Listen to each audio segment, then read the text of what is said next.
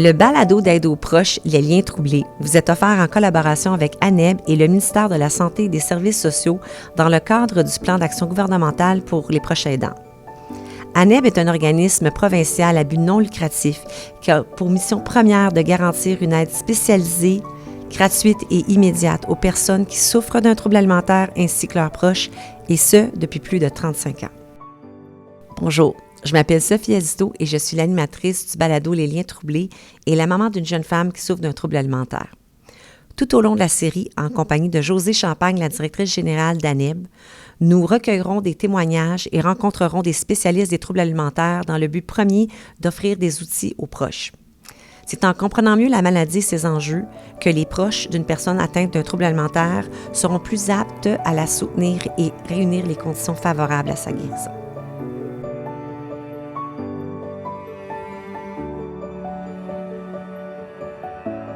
Lors du dernier épisode, nous avons abordé le lien entre la comorbidité et les troubles alimentaires avec le docteur Pierre-Olivier Nadeau.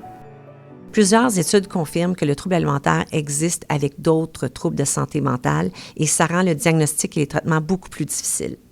Aujourd'hui, on aborde le sujet, mais de la perspective de quelqu'un qui a souffert d'un trouble alimentaire et de divers enjeux de santé mentale, notre invitée Naomi Condé. Naomi est étudiante en médecine à l'Université McGill. Elle a mené un combat contre l'anorexie qui a marqué son adolescence dès l'âge de 14 ans. Grâce au soutien de sa famille, de ses médecins et d'ANEB, Naomi est maintenant rétablie. Elle s'implique auprès d'ANEB comme bénévole et a pour mission de transmettre un message d'espoir à tous ceux et celles qui luttent contre le trouble alimentaire ainsi qu'à leurs proches.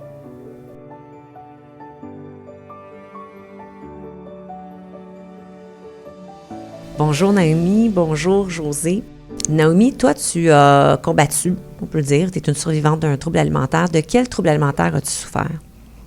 Donc, j'ai souffert de l'anorexie. Ça a commencé à l'âge de 14 ans.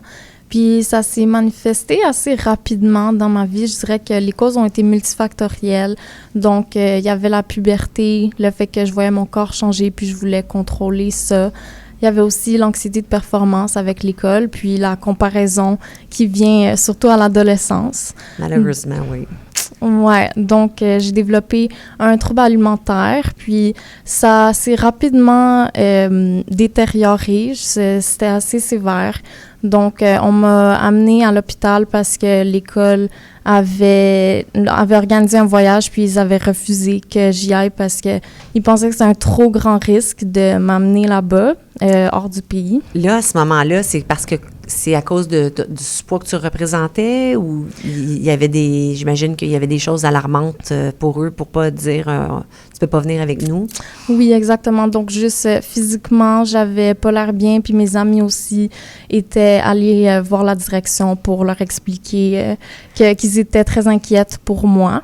Donc, c'est comme ça que ça a commencé, puis que j'ai pas vraiment pu participer au voyage, malheureusement. Mais heureusement, ça m'a permis d'aller chercher de l'aide, puis d'aller à l'hôpital. Puis... Oui, là, tu peux pas être dans le déni, mais même c'est ton entourage. Je t'allais poser comme question, est-ce qu'à ce moment-là, quand tes amis étaient inquiets, est-ce que toi, tu étais consciente que tu avais un problème? Je pense qu'au plus profond de moi-même, j'étais consciente, mais en réalité, je voulais pas vraiment le savoir que j'étais malade. Je pense que l'anorexie, c'est un trouble alimentaire qui fait en sorte que tu es beaucoup dans le déni, puis l'anorexie te fait croire que tu n'as pas de problème puis que tu es correct, puis que le plus que tu deviens malade, le mieux c'est, dans le fond. C'est bon que tu le nommes, Naomi, parce que je pense que c'est une des choses que les proches, au départ, c'est très difficile de comprendre ça, que la personne... Au départ, il y a un déni, là, puis que plus elle est malade, puis plus, dans le fond, elle réussit dans sa maladie. C'est comme ça fait un non-sens, mais une fois qu'un proche comprend ça, il arrête de se battre contre ça, puis peut-être essayer de trouver des solutions. Je le mentionne parce que, pour l'avoir vécu, c'est une des choses que j'ai trouvé le plus difficile face à la maladie de notre fille au début. Je comprenais pas que tu peux être aussi malade puis que tu ne reconnaisses pas que tu es malade, tu as même l'air à vouloir essayer d'être plus malade. Mais c'est ça, c'est comme des objectifs, puis ça fait en sorte qu'on se sent encore plus valorisé. Admettons, avec la perte de poids, on dirait que c'est très gratifiant par rapport aux troubles alimentaires. Mais tu sais, ça fait partie du trouble de santé mentale. Là. Je pense que personne dans la vie veut être malade, mais ça fait partie de... Mais c'est là que c'est tout l'enjeu de santé mentale qui est difficile à comprendre, parce que c'est un enjeu de santé mentale. D'emblée, tu as mentionné que tu avais de l'anxiété de performance. C'était un des facteurs. Tu as dit que c'était multifactoriel, puis c'est bien de le rappeler aussi. Ça nous amène à parler de la comorbidité, parce que c'est une autre chose je pense que c'est vraiment, vraiment important aujourd'hui qu'on en parle, c'est que qui dit trouble alimentaire dit souvent que malheureusement, il y a d'autres enjeux de santé mentale qui vont l'accompagner là, dans 3 cas sur 4, là, c'est comme 77 Bien, c'est ça. Nous, chez ANEB, il y a à peu près 75 des gens qu'on voit qui souffrent d'anxiété, puis pas mal le même pourcentage qui souffrent de dépression. Fait que, tu sais, le trouble alimentaire, il vient pas seul. Il vient pas tout seul. Il y a souvent d'autres problèmes qui l'accompagnent, là. Oui. C'est ça qui rend la problématique encore plus difficile. Toi, c'était quoi tes comorbidités, entre autres l'anxiété de performance? Oui, exactement. Donc, j'ai souffert d'anxiété qui était sous-jacente, mais j'ai aussi eu un trouble obsessionnel compulsif. Puis, tu sais, je pense qu'on va en parler. Mais l'obsession, sans les compulsions, mais juste le facteur obsessionnel, ça fait partie du trouble alimentaire en tant que tel. C'est un trouble d'obsession puis de contrôle. Puis ensuite, j'ai aussi souffert de dépression, d'idées suicidaires. Puis, est venue avec ça l'automutilation. C'est gros. C'est gros. Je pense qu'on pourrait y aller peut-être un petit peu plus chacun. Le trouble obsessif-compulsif, ça, c'est très prévalent dans les gens qui souffrent d'un trouble alimentaire. Tu l'as mentionné, la composante obsessive qui est inhérente au trouble alimentaire. Puis tu as la compulsion aussi. Puis la compulsion, ça peut être justement comme dans ton cas, en fait, comment ça s'exprimait pour toi? Oui, donc la partie obsession, ça se manifestait surtout dans calculer les calories, essayer à chaque fois que je me déshabillais, je mesurais ma taille, mes cuisses, mes bras à chaque fois. Ça se manifeste beaucoup dans les calculs. Puis ensuite, les compulsions, ben ça, c'est, admettons, une tâche qu'il faut accomplir. Puis si on ne fait pas cette tâche-là, ben ça va mener à une conséquence. Donc, moi, dans mon trouble alimentaire, il y a des personnes qui ont un trouble obsessionnel compulsif sans trouble alimentaire, puis qu'eux, par exemple, la conséquence, c'est que, si je fais pas ça, mes parents vont mourir, tu sais. Oui. Mais, puis c'est des pensées complètement irrationnelles, mais tu sais, dans mon cas, si je faisais pas une certaine action, je me disais, si je fais pas ça, je vais prendre du poids. Donc, ça, c'était la peur. Puis, admettons, pour donner quelques exemples, je devais vider ma bouteille d'eau et la remplir 10 fois avant de la remplir pour de bon, ou je devais fermer la serrure de porte 2 fois, donc barrer la porte 2 fois, sinon j'allais prendre du poids. Mais tu sais, c'est des actions complètement qui n'ont pas rapport avec la prise de poids. Non, c'est sûr, mais il y a tout, tu l'as mentionné, tu sais, il y a tout le côté irrationnel. Mais ça doit être tellement prenant. Oui. Oui, vraiment. Dans cette anxiété-là, dans ces obsessions-là, puis ces compulsions-là, ça doit prendre toute la place. Puis ce que tu apprends avec un trouble obsessif-compulsif, c'est que plus tu satisfais le trouble, plus il t'en demande des nouveaux. Fait que c'est jamais fini. C'est comme toujours, je sais pas si toi tu l'as vécu comme ça, Naomi, mais là, tu fais de cette compulsion, ça calme ton anxiété une fois que tu l'as faite, mais bouf, il y a tout de suite une autre compulsion qui se présente que tu dois faire aussi. Fait que dans le fond, c'est un mécanisme de calmer l'anxiété, mais ça fonctionne pas, fait que tu es toujours obligé d'en rajouter. Exactement. On dirait que le trouble alimentaire, on veut toujours plus, puis c'est comme si on est un peu esclave de cette voie-là dans notre tête. Tu as mentionné quelque chose de gros, tu as parlé de l'automutilation. Puis l'automutilation, pour un proche qui découvre que la personne qu'elle aime, que ce soit son enfant, conjointe, s'automutile, ça fait comme...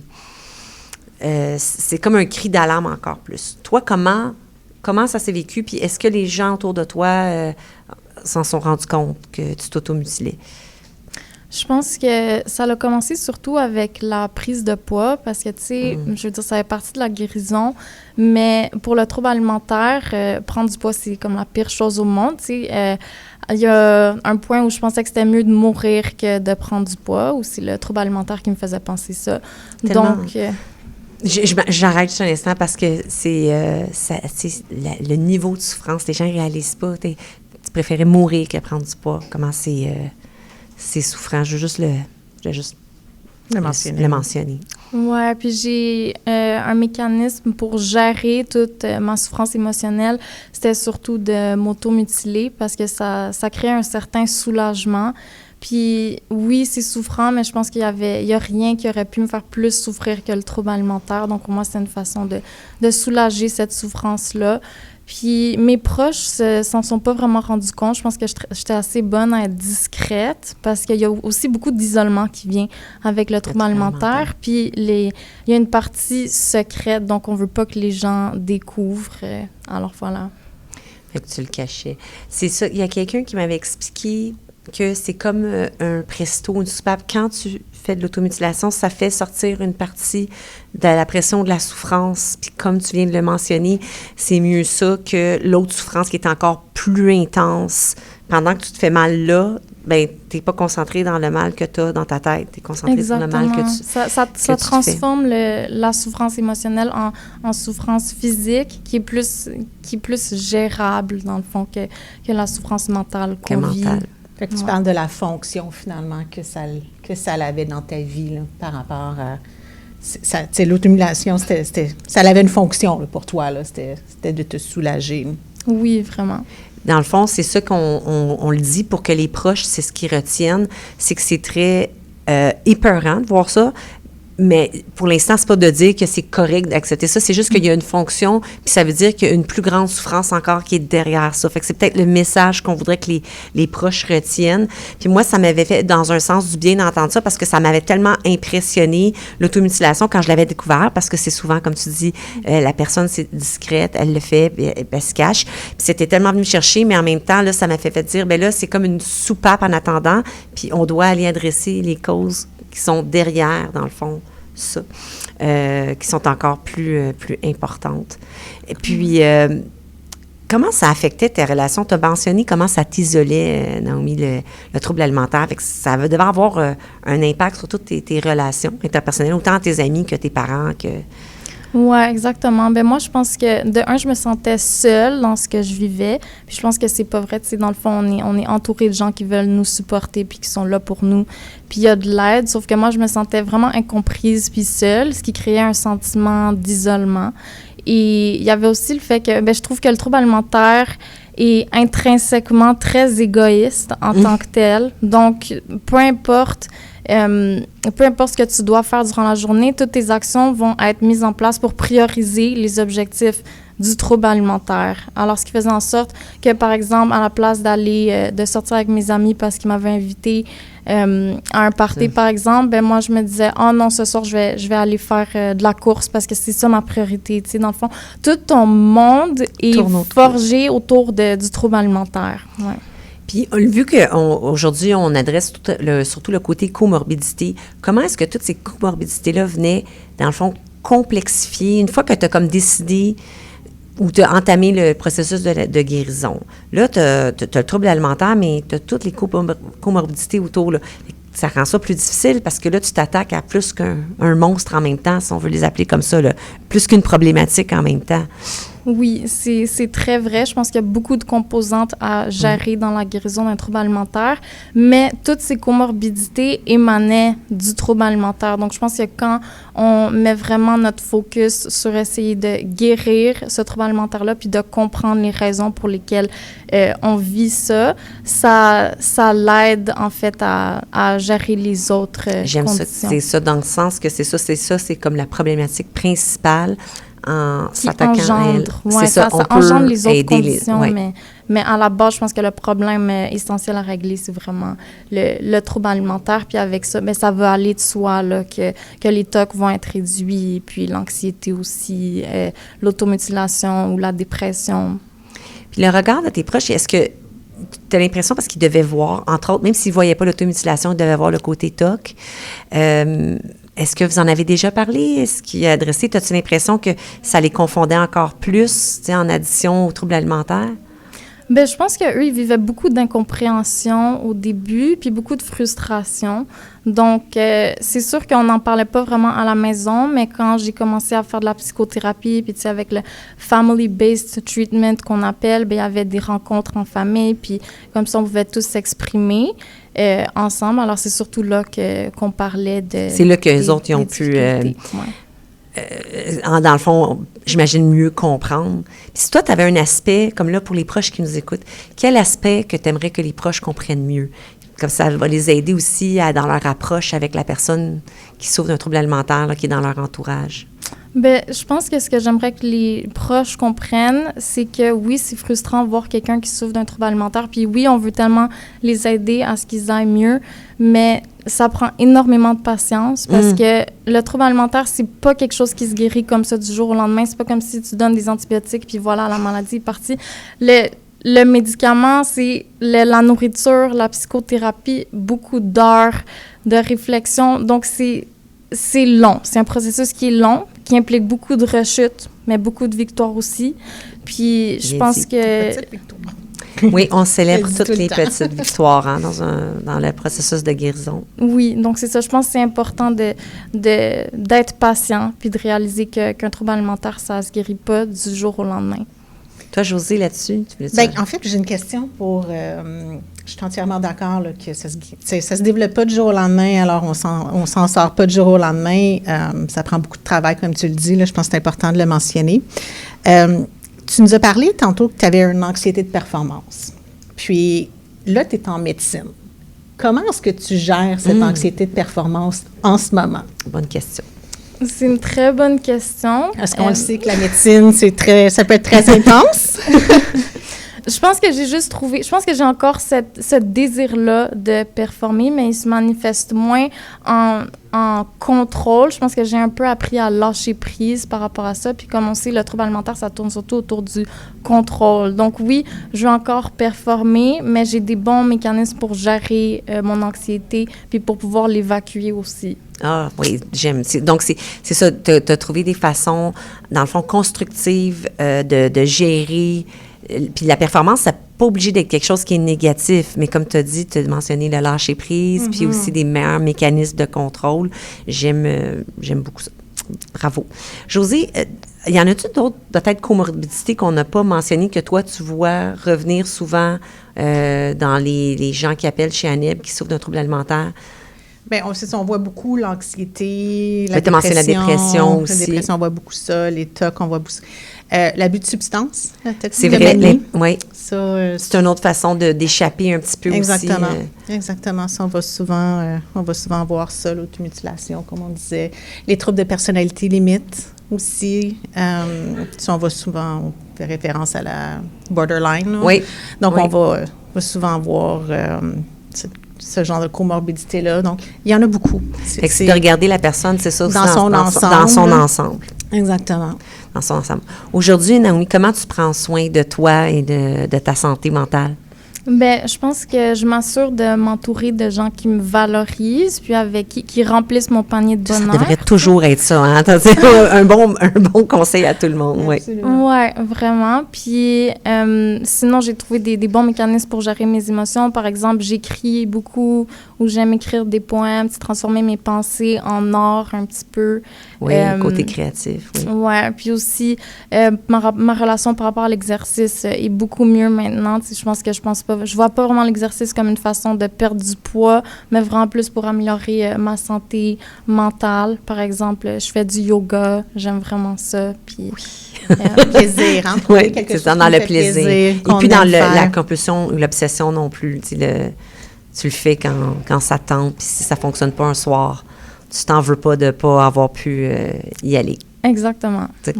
Ça fait partie aussi du lâcher-prise. On pourrait, à chaque fois, on se le dit, là, on pourrait en parler encore bien, bien longtemps.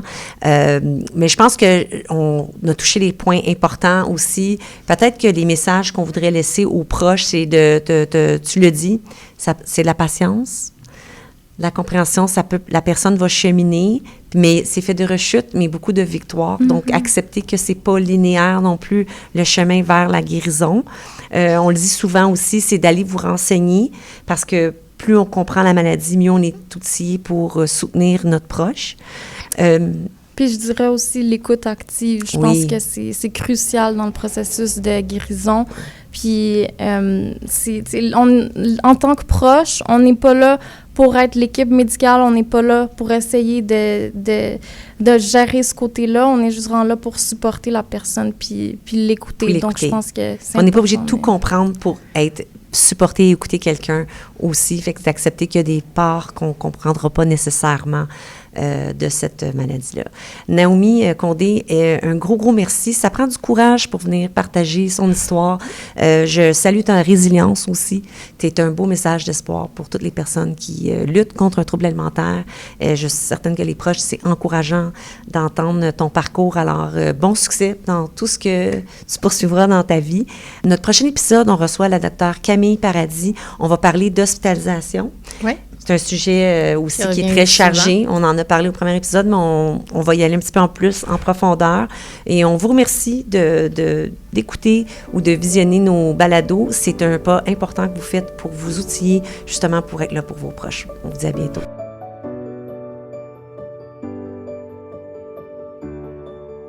Le but de ce balado est d'apporter de l'aide et de l'information aux proches d'une personne atteinte d'un trouble alimentaire. Vous n'êtes pas seul et vous n'avez pas à souffrir en silence. ANEB offre un service de clavardage de textos, une ligne d'écoute et des groupes de soutien qui sont conçus spécifiquement pour les proches. Pour de l'information additionnelle, visitez anebquebec.com.